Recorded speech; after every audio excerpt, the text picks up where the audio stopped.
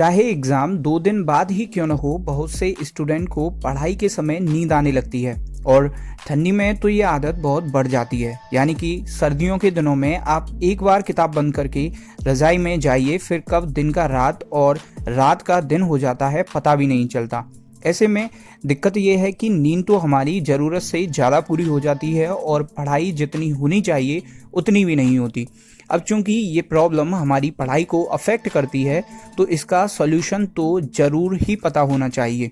इस वीडियो में हम देखेंगे कि किस तरह हम अपनी स्लीप पर कंट्रोल करें जिससे कि ये हमारी स्टडी में डिस्टरबेंस क्रिएट न करे। आप एक बार नोटिस करेंगे कि टीवी देखते टाइम या फ़ोन चलाते टाइम हमको नींद नहीं आती, चाहे रात के 2 ही क्यों न बजे हों, जबकि किताब खोलने के कुछ देर बाद ही उबासी आने लगती है, चाहे दिन के 2 ही क्यों न बजे हों। और ऐसा इसलिए होता है कि फ़ोन चलाते वक्त माइंड एक्टिव रहता है और हम इंजॉय करते हैं, जबकि पढ़ाई को हम डल बना लेते हैं और हमको नींद आने लग जाती है।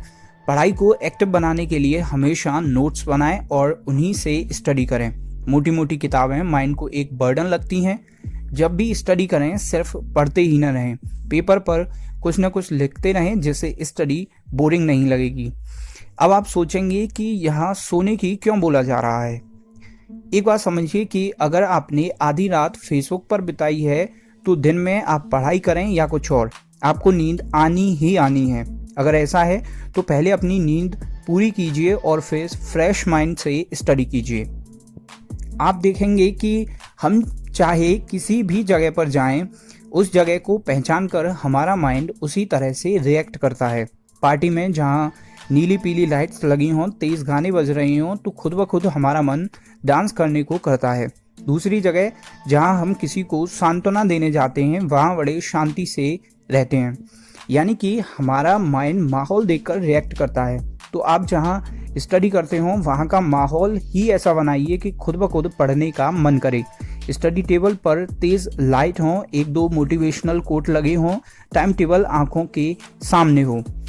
अगर हम पढ़ने की प्रोसेस को देखेंगे तो पाएंगे कि बच्चे के शुरुआत के 10 साल तो क ख ग सीखने में ही निकल जाते हैं। स्टडी करना एक हैबिट है। अब 7 दिन छुट्टी मनाइए, 8वें दिन बुक हाथ में लेते ही बोरियत होने लगेगी। पढ़ाई होती रहे, इसके लिए ज़रूरी है कि पढ़ाई करते रहें।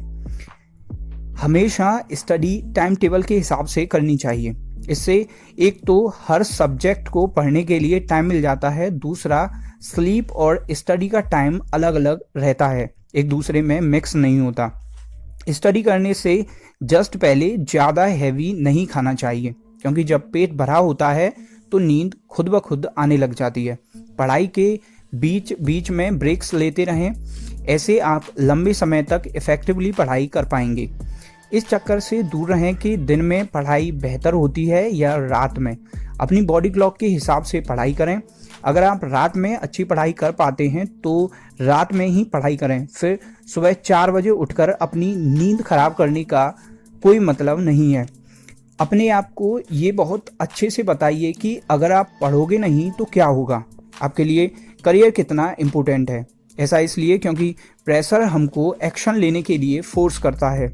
इसे ऐसे समझिए कि जिस इलाके में बाढ़ आने की चेतावनी जारी कर दी जाती है, उस इलाके के किसी भी आदमी को तब तक नींद नहीं आती जब तक कि वो किसी सेफ जगह पर नहीं पहुंच जाते। और आखिर में देखिए, पढ़ाई करना दुनिया का सबसे सरल काम है। इसमें करना क्या है, एक जगह बैठकर किताब को पढ़ना ही तो है। अगर आप पे ये भी नहीं होता है तो आप लातों के भूत हैं। इस वीडियो को लाइक करें और भी एजुकेशनल वीडियोस देखने के लिए इस चैनल को सब्सक्राइब करें। मिलते हैं अगले वीडियो में।